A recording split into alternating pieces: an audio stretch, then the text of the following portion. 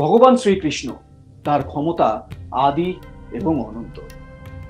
বলা হয় যখনই কৃষ্ণ নাম হয় কোথাও বা কোথাও এই হরিনাম সংকীর্তন বা কৃষ্ণের নামে কোনো গুণগান করা হয়, তাহলে যারা সামনে উপস্থিত থাকেন শ্রোতারা বা দর্শকরা, তাদেরকে কৃষ্ণ জ্ঞানেই সম্মান করতে হয়। দর্শক বন্ধুরা, আজকের এই ভিডিও শুরু করার আগে আপনাদেরকেও আমি সেই কৃষ্ণ জ্ঞানে সম্মান জানিয়ে আমার এই ভিডিও শুরু করছি। আমরা সবাই জানি অহংকার পতনের কারণ, আর এই অহংকারই হচ্ছে গিয়ে আমাদের জীবনে সব সর্বনাশ ডেকে আনে। ভগবান শ্রীকৃষ্ণ এই অহংকার নিয়ে বিভিন্ন সময় তার বক্তব্য রেখেছেন। তার যে প্রিয় সঙ্গী, মানে তার সবসময়ের যে তার অনুজ বলুন বা বন্ধু বলুন বা সঙ্গী বলুন, সেই অর্জুনকে তিনি এই কথাটা বারবার বলে গিয়েছেন। তবে ভগবান শ্রীকৃষ্ণ শুধুমাত্র যে অর্জুনকে কথা বলেছেন এরকম নয়, বিভিন্ন সময় তিনি বিভিন্ন মানুষকে, বিভিন্ন লোককে এই অহংকারের বিষয়ে তিনি অবগত করেছেন এবং মানুষের যে ষড়রিপু, সেই ষড়রিপু সম্পর্কেও সবাইকে সচেতন করার চেষ্টা করেছেন। এবারে এই জ্ঞানের থেকে বাদ যাননি শ্রীকৃষ্ণের স্ত্রী স্বয়ং রুক্মিণী দেবী।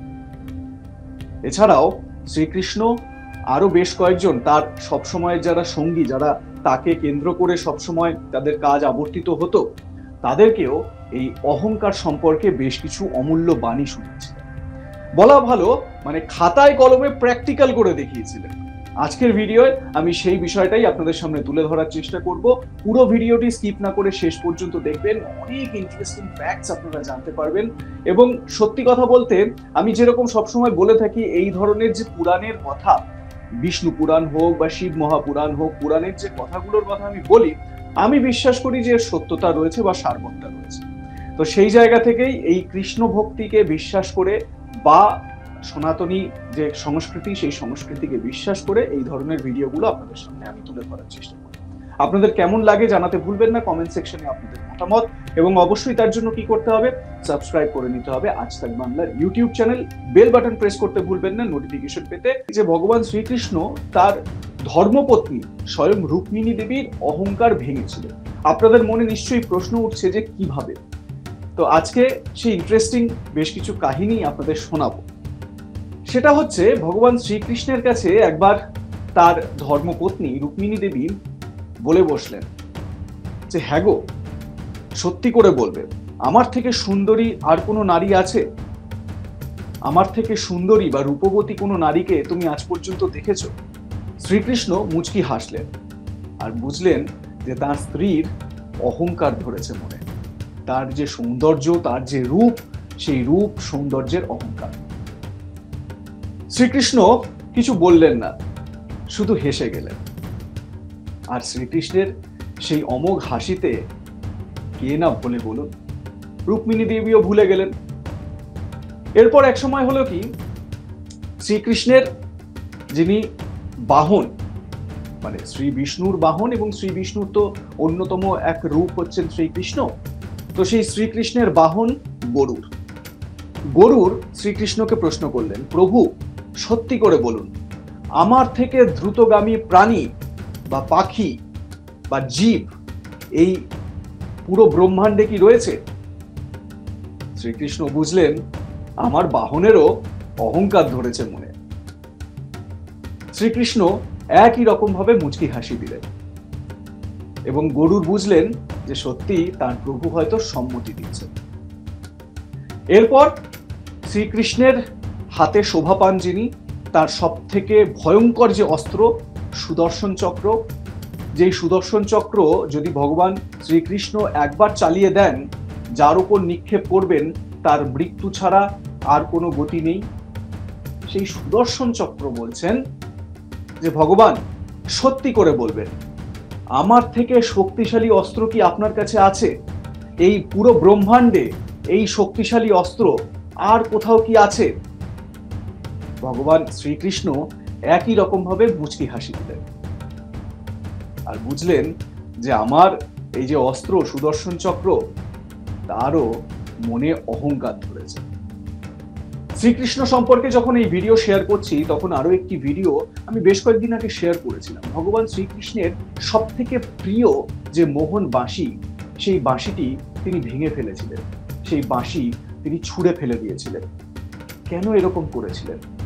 যদি সেই সম্পর্কিত তথ্য আপনারা চান তাহলে আই বাটনে ক্লিক করে আপনারা জানতে পারেন।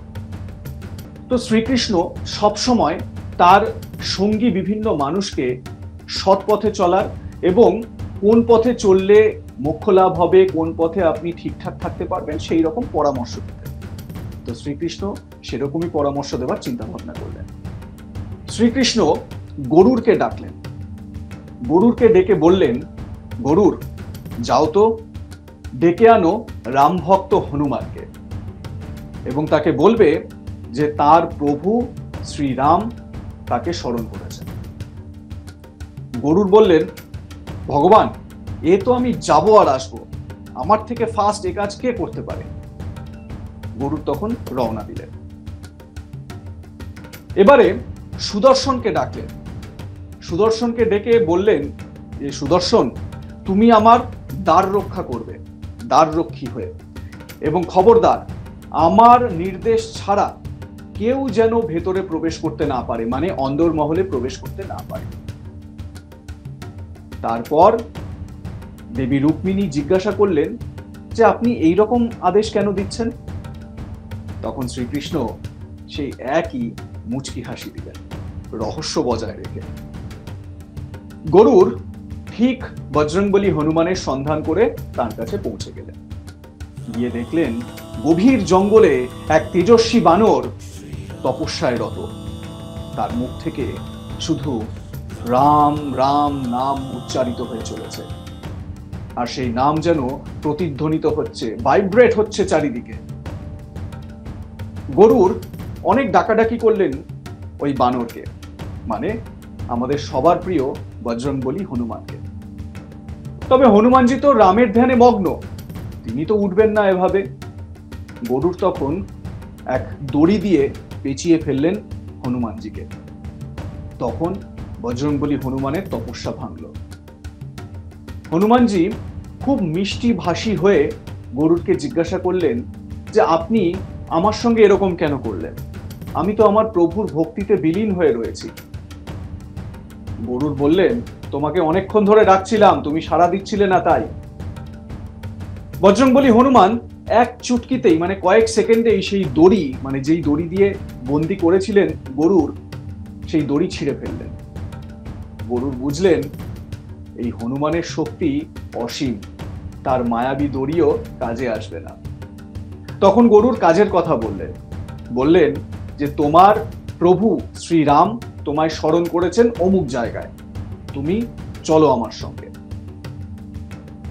হনুমানজি বললেন, আমার প্রভু শ্রীরাম আমায় স্মরণ করেছেন, আমি তো অবশ্যই যাব। এই বলে গরুর যেই না এগিয়ে এলেন তাকে রিসিভ করতে, বজরংবলী হনুমান এক লাফে ছুটে চলে গেলেন। কোথায় গেলেন, কোথায় তিনি উড়ে বেরিয়ে গেলেন, গরুর কিচ্ছু দেখতে পেলেন না। গরুরের মনে একটা প্রশ্ন জাগলো, এত দ্রুত গতি কি করে হতে পারে? তারপরে বজরংবলী হনুমান পৌঁছে গেলেন শ্রীকৃষ্ণের দরবারে। এবারে দরবারে যাওয়ার আগে তার পথ আগলে দাঁড়ান স্বয়ং সুদর্শন চক্র। প্রভুর আদেশ, কাউকে ভেতরে প্রবেশ করতে দেওয়া যাবে না। তখন বাধা দিলেন সুদর্শন হনুমানজিকে, বললেন তুমি যদি আর এক পা এগো তাহলে এই সুদর্শন চক্র তোমার শিরশ্ছেদ করবে। হনুমানজি তখন বললেন, আপনি চেষ্টা করে দেখতে পারেন। সেই সময় বজরংবলী হনুমান বিশালকায় রূপ ধরে অসীম সাহসী শ্রেষ্ঠ অস্ত্র বলে নিজেকে মনে করা সুদর্শন চক্রকে এই রকম ভাবে হাতে ধরে নিজের মুখে পুরে দিলেন। সুদর্শন ভাবলেন, আমার থেকেও শক্তিশালী কি করে? তারপর অন্দরমহলে প্রবেশ করলেন ভগবান বজরংবলী হনুমান। শ্রীকৃষ্ণকে দেখেই প্রভু শ্রীরামের ছবি ফুটে উঠল তার চোখের সামনে। তার পায়ে নিজেকে নিবেদন করলেন, শ্রীরাম, আপনি বলুন, আপনি কি জন্য আমায় ডেকেছেন প্রভু? আমি আপনার কাছে চলে এসেছি, আদেশ করুন আমায়। শ্রীকৃষ্ণ গলা জড়িয়ে নিলেন বজরংবলী হনুমানকে, যেন নিজের সহোদর। এরপর হঠাৎ হনুমানজি তার চোখের সামনে, মানে শ্রীকৃষ্ণের পাশে দেখতে পেলেন রুক্মিণী দেবী রয়েছেন। সেই সময় হনুমানজির যেরকম সহজ সরল ভাবনা, সেই রকম প্রশ্ন। তিনি শ্রীকৃষ্ণকে প্রশ্ন করলেন, হে প্রভু, এই দেবী কে আপনার পাশে? ইনি তো আমার সীতা মাতা নন। তখন রুক্মিণী দেবী প্রশ্ন করলেন যে কেন, তোমার সীতা মাতা কি আমার থেকেও রূপবতী, আমার থেকেও বেশি সুন্দর? আর বজরংবলী হনুমান তো কখনো মিথ্যা কথা বলেন না। বজরংবলী হনুমান তখন বললেন, দেবী আপনি ক্ষমা করবেন, আমার মাতা দেবী সীতার থেকে এই ব্রহ্মাণ্ডে আর কোনো নারী বেশি সুন্দর বা বেশি রূপবতী নন। রুক্মিণী দেবী শুনে আশ্চর্য হলেন, একটু রাগান্বিতও হলেন। সেই সময় শ্রীকৃষ্ণ তার মুচকি হাসি থেকে এইবারে আস্তে আস্তে রহস্যের জট খোলা শুরু করলেন। তিনি বললেন যে দেখো, এই যে কর্মকাণ্ড, এই সব কিছুতেই কিন্তু অহংকার জড়িয়ে রয়েছে, আর সেই অহংকার ভাঙার জন্যই আমি হনুমানকে ডেকে এনেছি এখানে। দেবী রুক্মিণী বুঝলেন যে তিনি তার রূপের অহংকারে একেবারে আহ্লাদিত হয়ে পড়েছিলেন। তার স্বামী সেই অহংকার ভাঙলেন। হন্তদন্ত হয়ে গরুড় ছুটে এলেন অন্দরমহলে, বললেন, প্রভু, বজরংবলী হনুমান আমার আগে কি করে পৌঁছে গেলেন? তখন তিনি বুঝলেন যে তার প্রভুর কাছে তিনি বলেছিলেন যে তিনি সব থেকে দ্রুতগামী এক জীব। তখন গরুড় বুঝতে পারলেন যে আমার প্রভু বা আমার ঈশ্বর আমার অহংকার ভাঙলেন এইভাবে। সেই সময় বজরংবলী হনুমানের মুখের ভেতর সুদর্শন চক্র ছটফট করছে। শ্রীকৃষ্ণের আবেদনে বজরংবলী হনুমান তার মুখ থেকে সুদর্শনকে বের করে নিস্তার দিলেন। ততক্ষণে সুদর্শনও বুঝে গিয়েছেন যে তার থেকেও বলবান, তার থেকেও শক্তিশালী রয়েছেন কেউ একজন, এবং তার ঈশ্বর, তার ভগবান, তার প্রভু শ্রীকৃষ্ণ তার সেই অহংকার চূর্ণ করলেন। কেমন লাগলো আজকের এই কাহিনী?